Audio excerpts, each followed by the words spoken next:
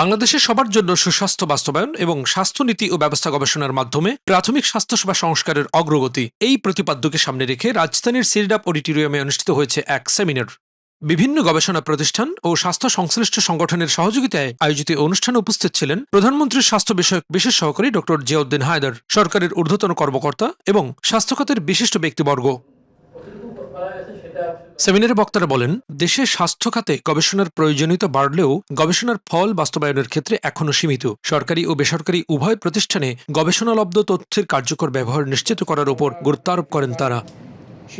এ সময় স্বাস্থ্যসেবা সংস্কারের অংশ হিসেবে আগামী 180 দিনের মধ্যে গ্রামীণ ও শহরাঞ্চলে নতুন স্বাস্থ্যসেবা ব্যবস্থা চালুর পরিকল্পনার কথাও জানান সংশ্লিষ্টরা। সরকারের নির্বাচনী ইশতেহারের বিষয়টিকে বিশেষ গুরুত্ব দেওয়া হয়েছে বলেও উল্লেখ করা হয়।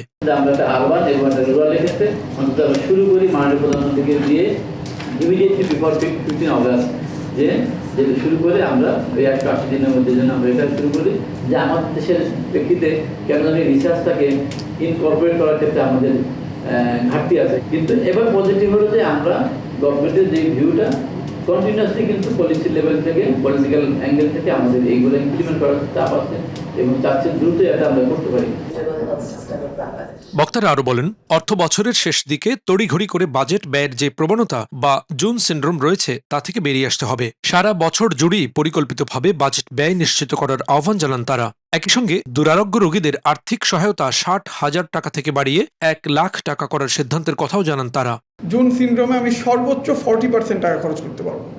এটার মানে হচ্ছে আমাদের কি পরিকল্পনা, আমাদের সারা বছরই টাকা খরচ করতে হবে, বছরের শেষে আমি খরচ করতে পারবো না। এবং এই জায়গাটা ইনিশিয়েটিভ নেওয়া হয়েছে। যারা দুরারোগ্য অসুখে আক্রান্ত তাদেরকে 50,000 না 1 লক্ষ টাকা করে এককালীন দেওয়া হবে।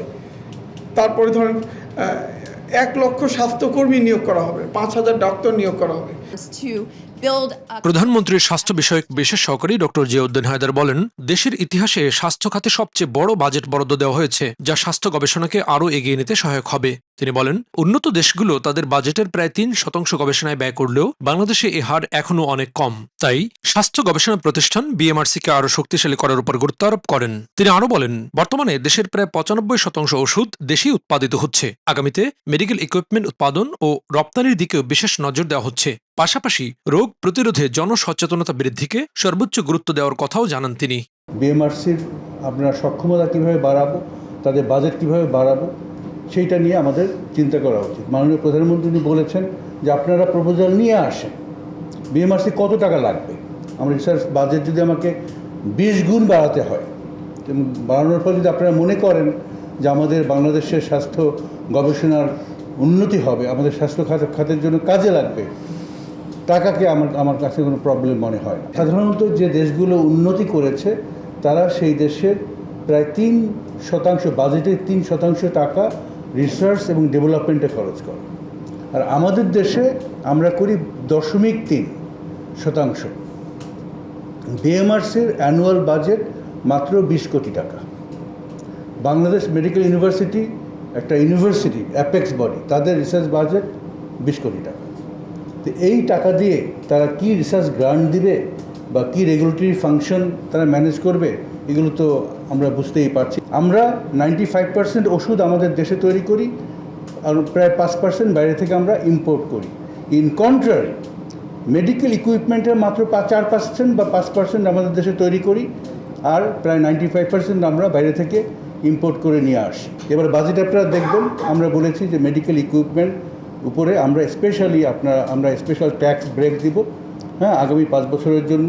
এবং পরে আমরা যদি আমরা রাষ্ট্রপতির দায়িত্ব পেয়ে আমরা আরও ট্যাক্স হলিডে দেবো।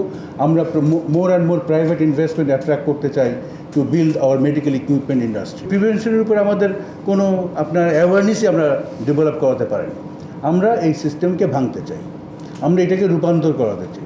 রূপান্তর করে আমরা একটা প্রিভেনশন এবং প্রমোশন সেন্ট্রিক স্বাস্থ্য ব্যবস্থা বাংলাদেশে ডেভেলপ করতে চাই।